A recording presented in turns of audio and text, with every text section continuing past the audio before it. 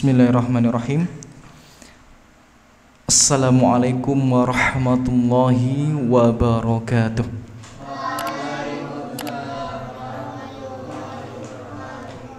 Alhamdulillah. Alhamdulillahilladzi hadana lihada wa ma kunna linahtadiya laula an hadanallah. Segala puji hanya pantas kita panjatkan kepada Allah Jalla Jalaluh, karena sampai sore hari ini jazakallah khairan, karena sampai sore hari ini Allah masih memberikan kita hidayah, yang dengan hidayah itu kita bisa merasakan nikmatnya iman, nikmatnya Islam, yang itu semua merupakan kenikmatan yang sangat besar yang bisa dirasakan dan dimiliki oleh seorang hamba yang beriman, yang tidak Allah berikan kepada semua manusia. Maka hendaknya kita bersyukur akan hal itu. Dan tidak lupa kita bersolawat, Allahumma sholli wa sallim wa barik ala habibinal mustafa Rasulillah Muhammad bin Abdillah wa ala alihi wa ashabihi wa man tabi'ahum bil huda ila yaumil qiyamah, amma ba'd.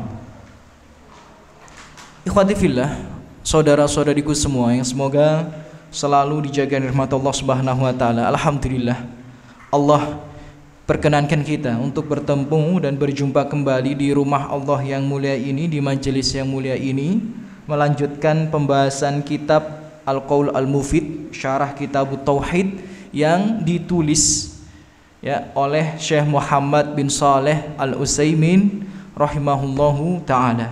Dan sesungguhnya mempelajari kitab ini adalah anugerah, hadiah dan karunia dari Allah Subhanahu wa taala.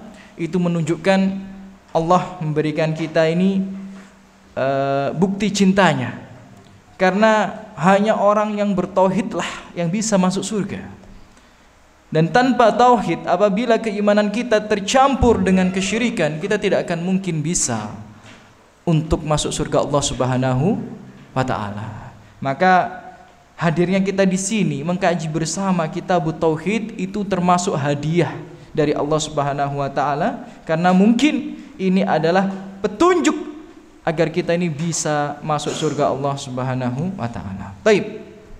Melanjutkan pembahasan setelahnya, ikhwati fillah, saudara-saudariku semua rahimani wa rahimakumullah, kita masuk bab qaul masya Allahu wa syi'ta. Bab terkait ucapan masya Allah wa syi'ta. Masya Allah wa syi'ta itu artinya atas kehendak Allah dan kehendakmu. Nah, jadi bab yang akan kita kaji, di antara beberapa bab yang akan kita bahas pada sore hari ini adalah perkataan atas kehendak Allah dan kehendakmu. Masya Allah wa syi'ta. Nah, berkata muallif rahimahullahu ta'ala, anna qaul masya Allah wa syi'ta, sesungguhnya ucapan masya Allah wa syi'ta atas kehendak Allah dan kehendakmu, minasyirki al-akbar wal asghar awil asghar, bisa jadi masuk dalam kategori syirik besar dan bisa jadi masuk dalam kategori syirik kecil. Mengapa? Karena li'annahu in i'taqada annal ma'tuf musawiyan lillah fahuwa syirkul akbar. Ketika dia menganggap bahwa kehendakmu tadi itu sama levelnya dengan kehendak Allah, maka itu termasuk syirik akbar. Wa in i'taqada annahu dunah lakin asyraka bihi fil lafz. Tapi seandainya dia tidak menganggap kehendakmu tadi itu, kalimat kehendakmu itu sama levelnya dengan kehendak Allah, maka tetap dikategorikan syirik, tapi syirik kecil karena syirik dalam lafadz. Jadi kita melafatkan sesuatu yang terlarang. Saya tanya, boleh nggak kita ini berucap semau kita sendiri? Boleh apa tidak? Tidak. Ada batasan-batasannya. Ada ucapan yang terpuji, ada ucapan yang tercela. Jadi lisan kita ini ada batas-batasnya, tidak boleh kita mengucapkan seapapun sekehendak kita, tidak boleh. Harus mengikuti rambu-rambu dan aturan syariat. Salah satu ucapan yang terlarang di dalam syariat adalah Masya Allah wa syi'ta, atas kehendak Allah dan kehendakmu. Nah, itu tidak diperbolehkan. Bahkan ucapan yang sedemikian, ya, ucapan terlarang yang sedemikian itu, orang-orang Yahudi yang hidup bersama Nabi tahu bahwa ini adalah syirik. Tahu. Masa kita yang umatnya Nabi, yang orang Muslim bukan orang Yahudi, tidak tahu bahwa ini syirik gitu. Ya. Maksudnya itu seperti apa, Ustadz? Saya berikan permisalan supaya wawasan kita ini bisa memahaminya dengan lebih baik. Misal, ya, Indonesia, ya, melakukan pertandingan sepak bola melawan Malaysia. Ini misal, ya, Indonesia versus Malaysia. Kemudian tim Indonesia itu menang. Ya enggak? Tim Indonesianya menang. Menangnya dikarenakan strategi pelatihnya itu top chair, keren gitu. Nah, kemudian kita mengucapkan ini atas kehendak Allah dan atas jasa pelatih. Nah, itu enggak boleh. Paham maksudnya? Ya, jadi seolah-olah kemampuan pelatihnya itu, ya, selevel dengan kemampuan Allah Subhanahu wa taala. Enggak boleh. Ya, atau ini atas kehendak Allah dan kemampuan skill salah satu pemain itu, si fulan. Nah, boleh nggak mengucapin kayak gitu? Nggak boleh. Jadi yang boleh itu pakai kata summa. Ya, jadi kita ucapkannya itu seperti ini. Ini atas kehendak Allah, kemudian jasa si fulan. Nah, itu boleh. Kemudian, bukan pakai kata dan, karena dan itu secara makna artinya levelnya sama.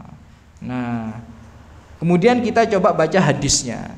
Karena kalau kita berbicara agama harus berdasarkan dalil, harus berdasarkan nas, nggak boleh katanya tidak boleh. Hadis ini diriwayatkan oleh Imam Nasai dan derajatnya sahih. Ya, dikatakan an Qutailah anna Yahudiyan ata li Nabi sallallahu alaihi wasallam, ada seorang Yahudi yang mendatangi Nabi sallallahu alaihi wasallam. Faqal, kemudian berkata si Yahudi itu, innakum tusyrikun, wahai Muhammad, tuh kalian itu loh, ya, umat-umatmu itu loh berbuat kesyirikan. Nah, kemudian dia mengatakan takuluna, kalian mengucapkan masya Allah wa syi'ta wa taquluna wal Ka'bah, kalian itu kalau berucap sering mengucapkan kalimat masya Allah wa syi'ta, atas kehendak Allah dan kehendakmu, kehendak si fulan. Kemudian kalian juga sering bersumpah dengan Ka'bah, wal Ka'bah, demi Ka'bah. Nah, kemudian Nabi membenarkan ucapan Yahudi ini. Jadi ternyata yang diucapkan oleh Yahudi itu benar. Ya. Fa'amarohumun Nabi sallallahu alaihi wasallam, maka Nabi memerintahkan para sahabat yang masih mengucapkan yang sedemikian atas kehendak Allah dan kehendak fulan, atas kehendak Allah dan kehendakmu, demi Ka'bah, bersumpah bukan dengan nama Allah tapi dengan Ka'bahnya. Ya, Nabi memerintahkan kepada mereka, idza aradu ayyahlifu ayyakulu, kalau kalian mau bersumpah jangan mengucapkan demi Ka'bah, tapi warabbil Ka'bah, ucapkanlah demi Robnya Ka'bah, demi Tuhannya Ka'bah, boleh. Tapi kalau demi Ka'bah nggak boleh. Ya, tapi kalau demi Tuhannya Ka'bah boleh. Demi ibuku boleh nggak? Nggak boleh. Demi Tuhannya ibuku boleh. Demi zat yang nyawa ibuku ada di tangannya boleh. Demi zat yang nyawaku dan nyawa bapakku ada di tangannya, kan itu kan demi Allah sebenarnya, boleh. Tapi kalau demi bapakku, demi anakku, demi tetanggaku, nggak boleh gitu. Ya, nggak boleh ya. Jadi tidak boleh bersumpah selain kepada Allah. Kemudian dikatakan wa ayyakulu, kemudian kalian itu kalau mengucap, ya, jangan ucapkan atas kehendak Allah dan kehendak fulan, tapi ucapkanlah masya Allah summa syi'ta, atas kehendak Allah, kemudian atas kehendakmu.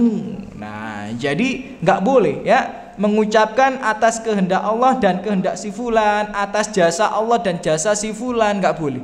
Harus pakai kata summa. Summa itu artinya apa? Kemudian. Ya, summa artinya apa? Kemudian.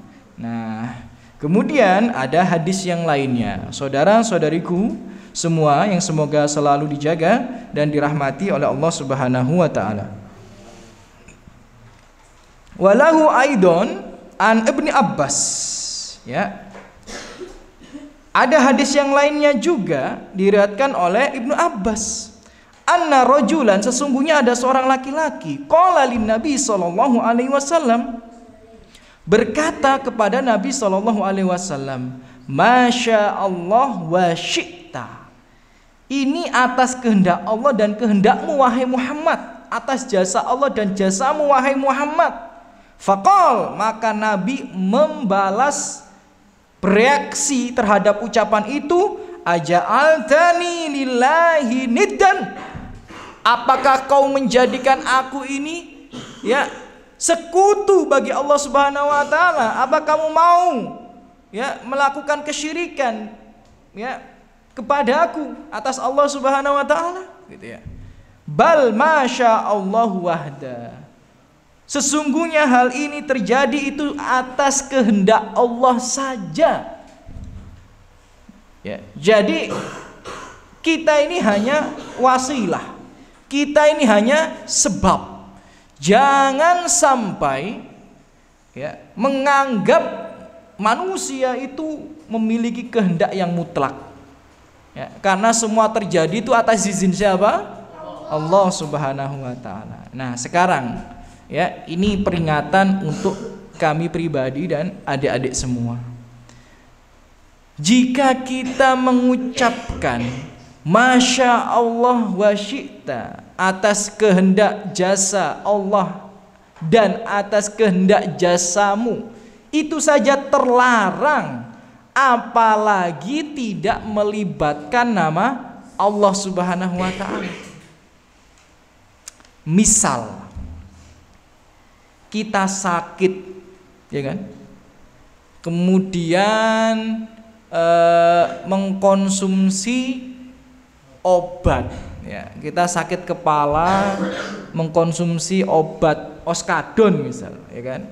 Kemudian kita ucapkan, "Weh, gara-gara oskadon, ya penyakitku sembuh, sakit kepalaku hilang." Nah, ini bentuk kesyirikan, walaupun bukan syirik besar, tapi bisa dalam kategori syirik asgor, syirik kecil. Ya, jadi harusnya alhamdulillah. Ya, segala puji bagi Allah, gitu ya. Ya, jadi setelah mengkonsumsi ini atas izin Allah, ya aku sembuh, nah kayak gitu. Setelah berobat ke sini atas izin Allah aku sembuh. Ya. Setelah kamu berikan bantuan atas izin Allah, aku selamat misal, aku sukses misal.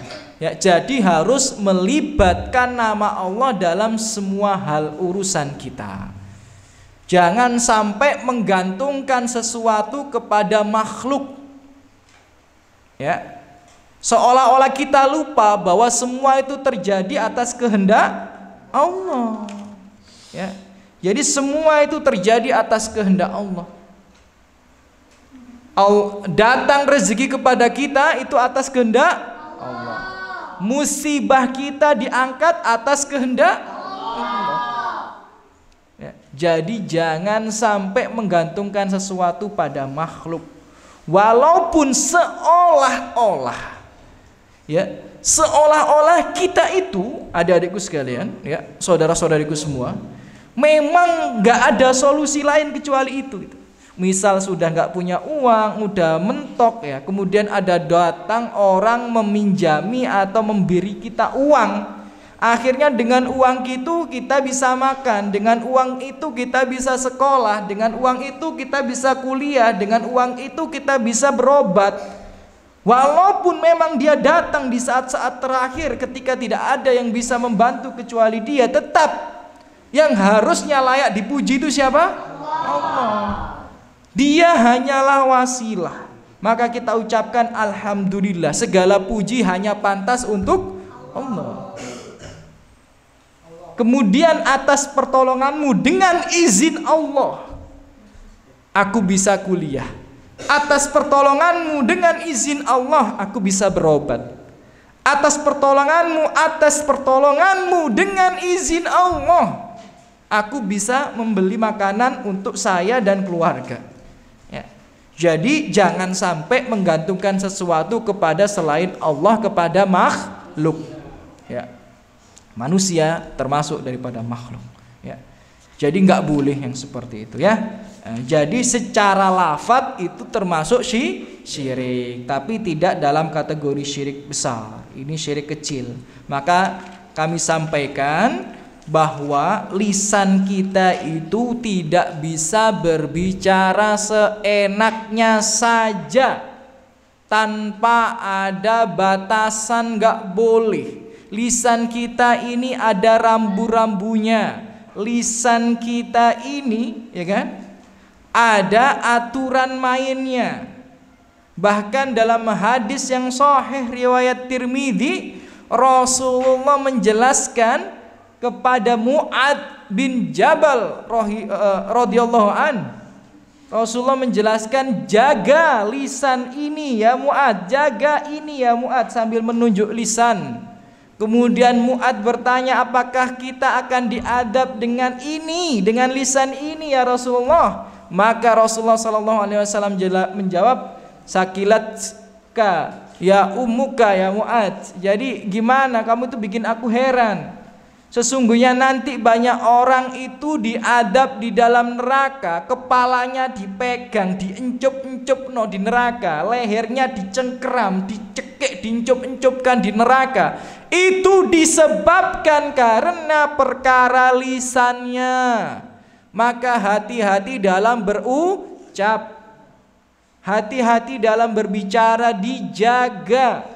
Karena ada orang masuk surga karena lisannya, ada orang dijerumuskan ke dalam neraka karena lisannya. Maka berhati-hati. Bahkan Rasulullah SAW menjelaskan dalam hadis yang sahih tadi riwayat Tirmidzi, banyak penghuni neraka itu yang diencup-encupkan di neraka disebabkan karena lisannya. Taib. Itu bab tentang ya ucapan atas kehendak Allah dan kehendakmu. Nggak boleh, harus semuanya itu kita nisbatkan kepada Allah, kita sandarkan kepada Allah ya, baru kepada makhluk. Dan itu pun ada aturannya, tidak menggunakan kata dan, tapi pakai kemudian atau pakai kalimat-kalimat yang tidak ada unsur kesyirikan tadi. Misal alhamdulillah, setelah kamu bantu atas izin Allah, setelah kamu bantu atas izin Allah ya, aku ya bisa kuliah, aku bisa sekolah, aku bisa makan, aku bisa berobat ya, seperti itu ya. Jadi harus ditata ya, diperhatikan apa yang kita ucapkan. Taib, kita masuk pada bab berikutnya ya.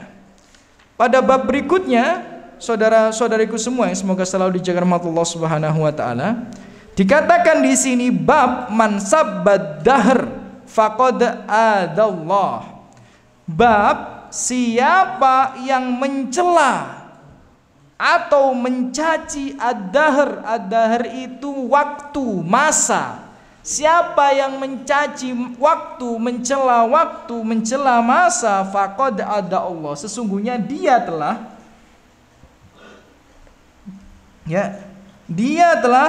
membuat Allah murka kepadanya. Ya, membuat Allah murka kepadanya. Ya, hati-hati. Ya. Ad-dahr, sab itu artinya syatam. Ya, sab syatam itu artinya mencela. Syatama ya, sabba atau syatama itu artinya mencela atau mencaci. Nah, nggak boleh mencaci waktu, mencaci cuaca, mencaci kondisi dan lain sebagainya, tidak diperbolehkan. Di sini Muhammad bin Shalih Al-Utsaimin rahimahullahu ta'ala menjelaskan ya. Syekh Muhammad bin Shalih Al-Utsaimin rahimahullahu ta'ala menjelaskan bahwa ketika ada seseorang yang berkeluh kesah terhadap keadaan, berkeluh kesah terhadap hari, berkeluh kesah terhadap zaman, masa, cuaca misal, dan lain sebagainya, angin misal, itu ada 3 keadaan, kata Syekh Muhammad bin Shalih Al-Utsaimin. Keadaan yang pertama, ayaksida al-khabar, ayaksud al-khabar dunal laum. Ya, jadi ketika ada orang itu mengeluhkan cuaca, mengeluhkan waktu, tapi yang dia maksud hanya untuk menyebutkan kabar, maka ini bukan tergolong kesyirikan. Misal dia mengatakan hari ini begitu sulit karena hari ini dia habis kecelakaan, ya, ditinggal mati orang yang dicintai, dia bilang hari ini begitu sulit. Kalau dia hanya meniatkan memberikan kabar, ya hari ini begitu sulit, ya aku kecelakaan, ada keluarga aku yang meninggal dunia, naudzubillah min dzalik, nah itu nggak apa-apa. Atau sekarang ini cuacanya lagi panas-panasnya, ya apa tidak? Masya Allah. Nah, kalau kamu bilang hari ini kok panas banget, ya enggak? Kalau kalian bilangnya seperti itu, hari ini panas banget, kalau niatnya hanya memberi kabar, hari ini cuacanya panas, enggak apa-apa. Tapi kalau niatnya, ya, niatnya itu meyakini hari itu bisa menyebabkan kesialan, nah itu enggak boleh. Misal dalam keyakinan Jawa, malam Jumat Kliwon itu kan hari yang serem, ya apa tidak? Dalam keyakinan Jawa, ya malam Jumat Kliwon nggak boleh keluar malam-malam, ya kan? Harus di rumah saja, nggak boleh bikin hal yang aneh-aneh. Nanti kena santet, ya, nanti digodain seton, ya, jin, hantu dan lain sebagainya, ya kan? Nah, yang sedemikian nggak boleh. Kenapa? Karena dia meyakini hari itu memiliki kekuatan khusus. Contoh malam 1 Suro, ya, malam 1 Suro orang berlomba-lomba membuat ritual-ritual, sesajen ke pantai selatan, ngumbah keris, mencuci keris, mencuci alat-alat perang mereka misalnya, senjata-senjata mereka dan lain sebagainya. Karena meyakini hari itu memiliki kekuatan khusus, maka itu tidak diperbolehkan. Atau mereka meyakini hari itu bisa mendatangkan kesialan, misal bulan Muharram, bulan Suro jangan ada yang nikah, jangan ada yang sunat, ya, karena bisa mendatangkan kesialan, nggak boleh gitu, ya, itu termasuk syirik. Sedangkan berkeluh kesah yang ketiga itu bisa dihukumi pelaku dosa kepada Allah, ya, contohnya apa? Kok hari ini panas banget sih? Tapi bukan untuk memberikan kabar, tujuannya mengeluh dengan takdir Allah. Nah itu nggak boleh. Kayak seolah-olah ngomong, ya Allah, kok jenengan bikin hari ini panas banget gitu. Kok jenengan tega bikin hari ini panas banget ya Allah. Ya Allah, kok jenengan tega bikin hari ini kebanjiran kita ini ya Allah. Kok jenengan tega bikin hari ini tuh hujan nggak berhenti-berhenti, ya, longsor dan sebagainya. Nah itu seolah-olah menyalahkan Allah, protes kepada Allah. Nah ini dosa, nggak boleh. Nah jadi kalau bisa jangan sering mengeluh. Kita itu kan kebanyakan kan seperti itu ya, di antara kita ini sering-sering ngeluh. Nek panas ngeluh kepanasan, ya kan? Hujan ngeluh kehujanan, mendung ngeluh pakaiannya nggak kering, gitu ya. Jadi apapun keadaannya dia ngeluh. Nah itulah yang seperti disebutkan oleh Allah Subhanahu Wa Taala di surat Al-Ma'arij. Innal insana khuliqa halu'a. Manusia itu diciptakan kebanyakan di antara mereka suka mengeluh. Wa idza massahu syarru jazua, kalau mereka mendapati keburukan, mendapati kesusahan, mereka itu langsung berkeluh kesah isinya. Panas ngeluh panas, hujan ngeluh hujan, mendung ngeluh mendung, ya kan? Gak ada kerjaan, gak ada PR ngeluh, wah, kok gak ngapa-ngapain sih, gitu ya. Nah, ada kerjaan ngeluh, kok banyak kerjaan, PR-nya gak selesai-selesai gitu. Ya. Jadi menungso sing kakean ngeluh itu ya termasuk orang yang dihukumi suka maksiat. Ya, jadi jangan suka mengeluh. Ya. Wa idza masahul khairu manua, tapi kalau dia mendapati kenikmatan, dia lupa pada Allah, lupa berbuat baik. Kalau lagi mendapatkan kenikmatan, lali Allah, lali sedekah, lali berbuat baik, lali sama fakir miskin. Tapi kalau banyak musibah, kebiasaannya cuma bisa mengeluh gitu. Nah, jadi jangan jadi orang yang seperti itu, ya. Jangan jadi orang yang seperti itu. Dalam sebuah hadis riwayat Bukhari an Abi Hurairah radhiyallahu anhu, anna Nabi sallallahu alaihi wasallam qala, Nabi sallallahu alaihi wasallam berkata, qala Allah taala, Allah berkata dalam hadis qudsinya, yu'dhini ibnu Adam, membuatku marah anak Adam itu. Siapa yang membuat anak Adam marah? Siapa anak Adam yang membuat Allah marah? Ya subud dahar, dia mencela waktu. Ya. Dia mencela-cela waktu. Ya, makanya siapa yang kepanasan suka ngumpat, siapa yang dapat musibah suka ngumpat, itu membuat Allah murka.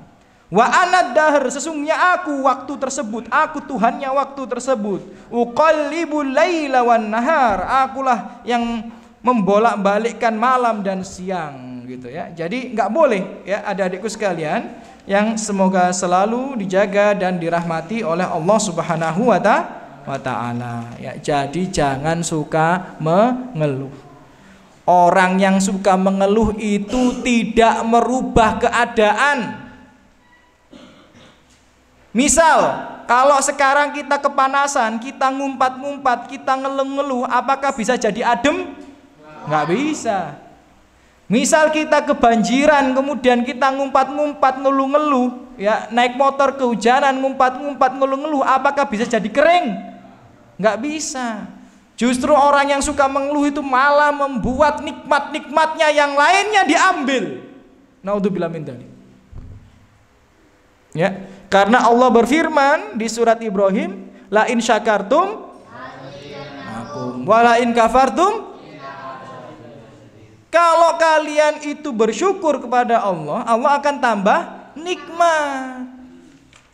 Misal sekarang panas, ya, kemudian kalian mengucapkan apa? Alhamdulillah, walaupun panas masih bisa minum seger. Bayangkan saudara-saudari kita di Afrika sana, wes kepanasan, gak ada minum, sekarat mereka. Kita kepanasan masih bisa minum air es, ya apa tidak? Iya, masih minum yang seger-seger masih bisa. Nikmat. Nah, dengan mensyukuri nikmat, nikmat kita akan ditambah. Ya. Habis naik motor kecelakaan, dar. Kakinya keseleo, bersyukur cuma keseleo daripada patah,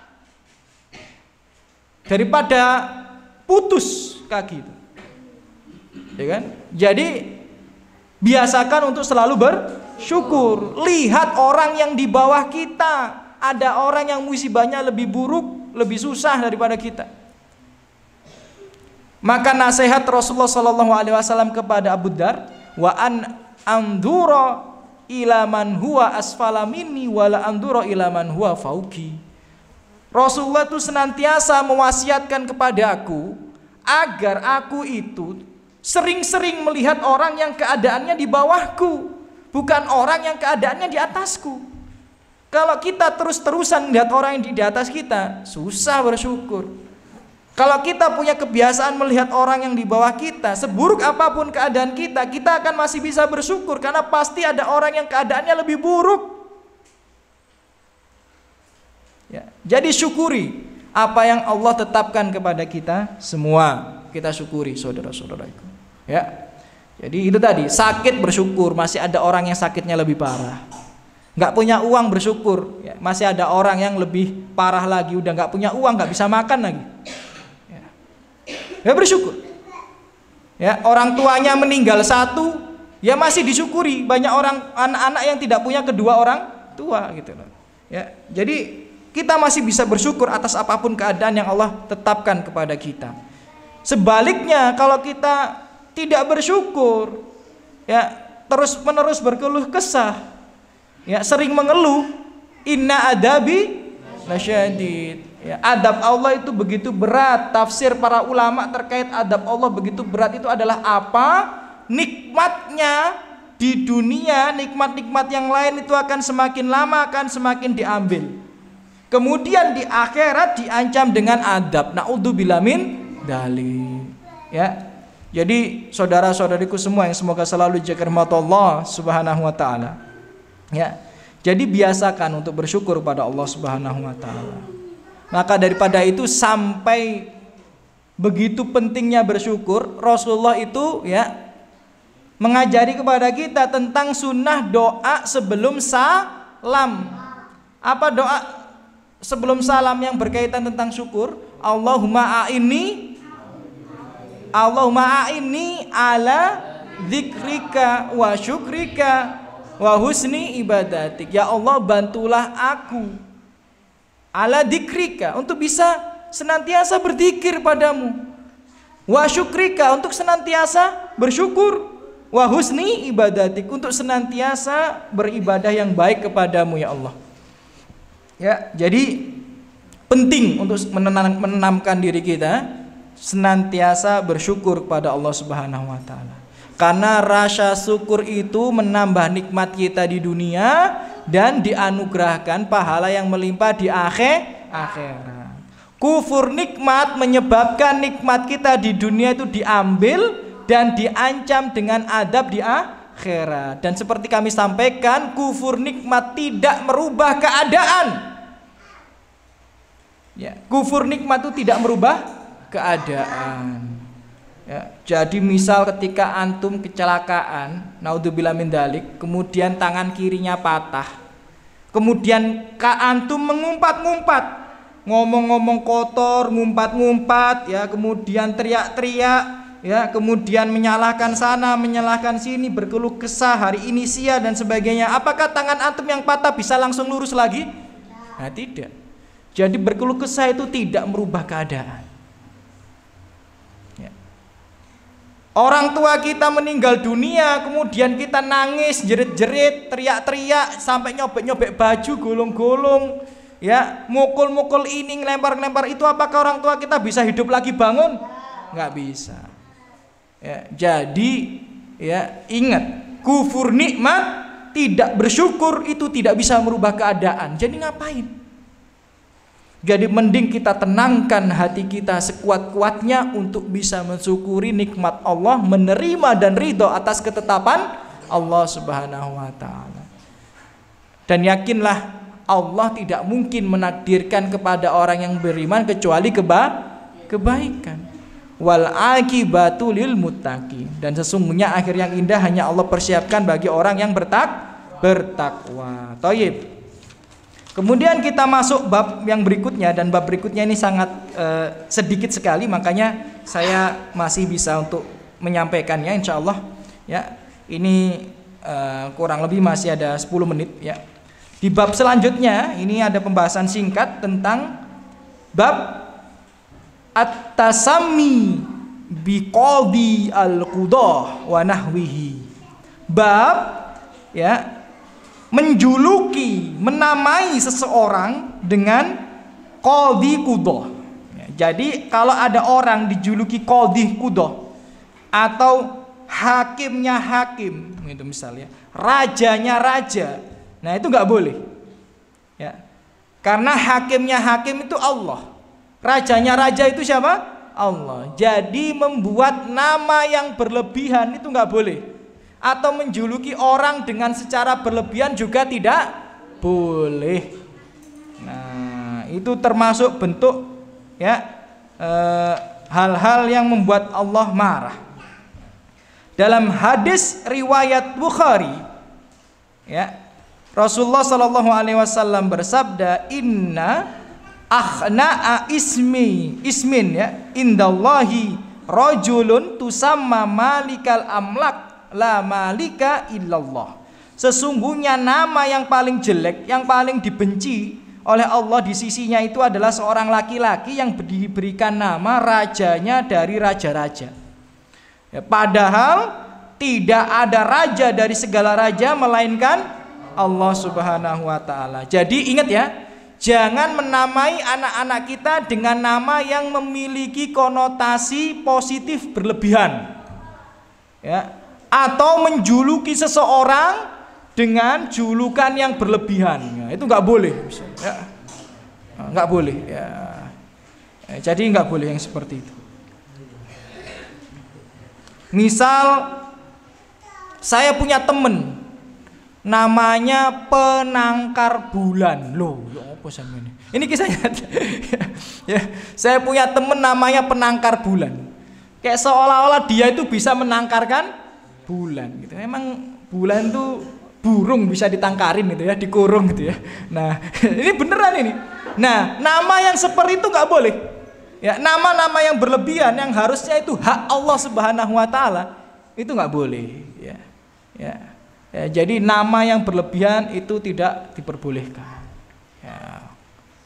Ya. Misal Malikuddin gitu, rajanya dunia, nggak boleh. Ya. Malikul Art, mohon maaf ya, Malikul Art gitu ya, atau Malikud Dunia nggak boleh gitu ya, nggak boleh. Ya.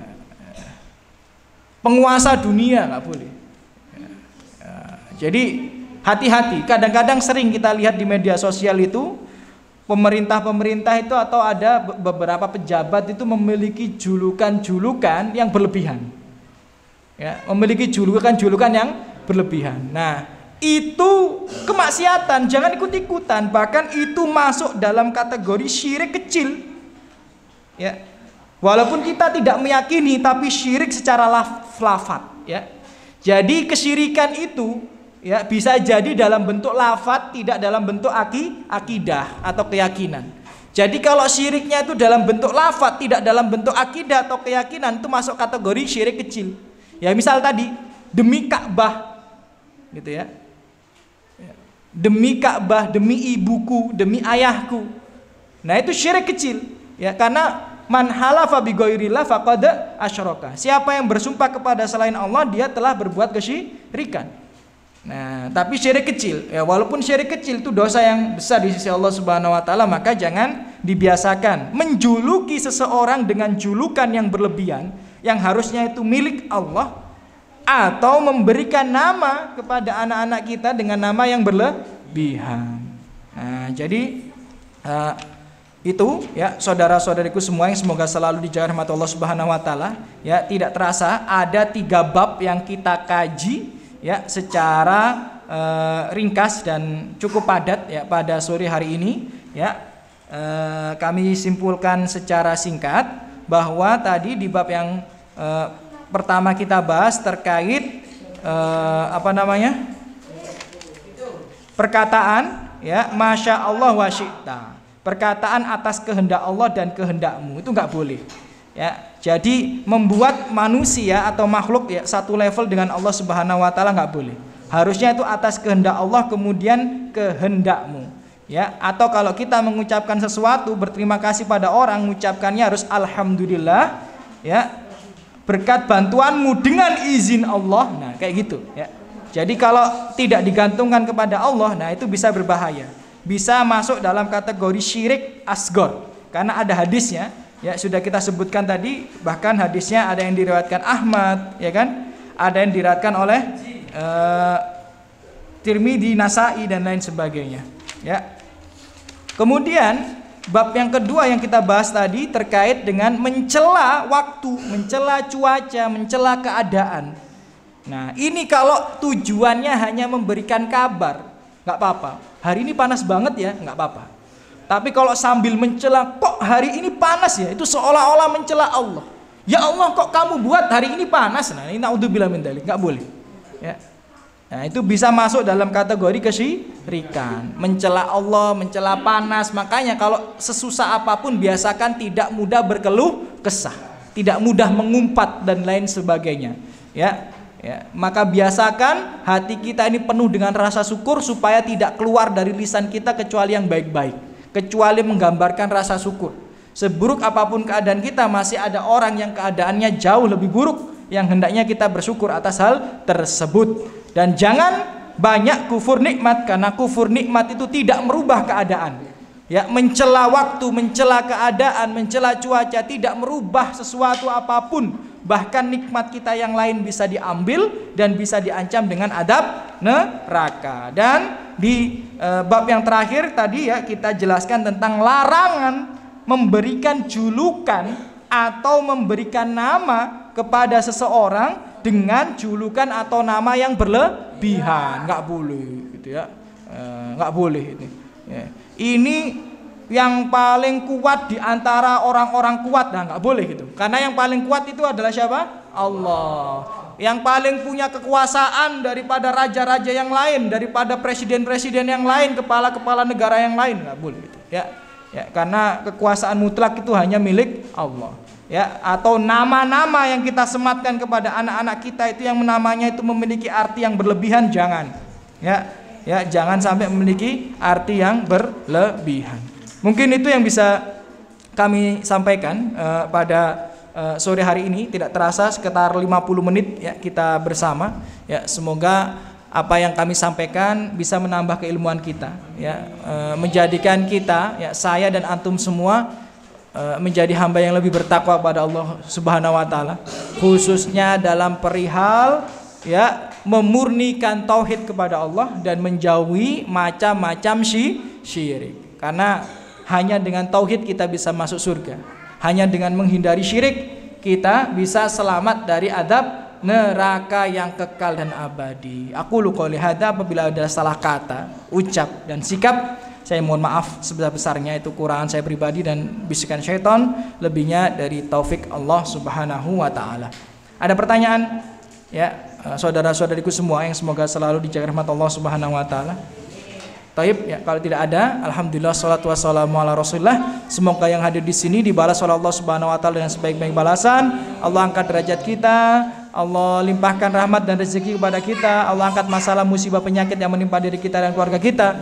Allah berikan kita taufik sehingga dimudahkan dalam ketaatan. Allah berikan kita hidayah sehingga kita terus berada di atas kebenaran. Allah berikan husnul khotimah dan dikumpulkan di surga Allah Subhanahu wa taala. Amin ya rabbal alamin. Kita tutup dengan doa kafaratul majlis. Subhanakallahumma wa bihamdika asyhadu an la ilaha illa anta astaghfiruka wa atubu ilaik. Assalamualaikum warahmatullahi wabarakatuh.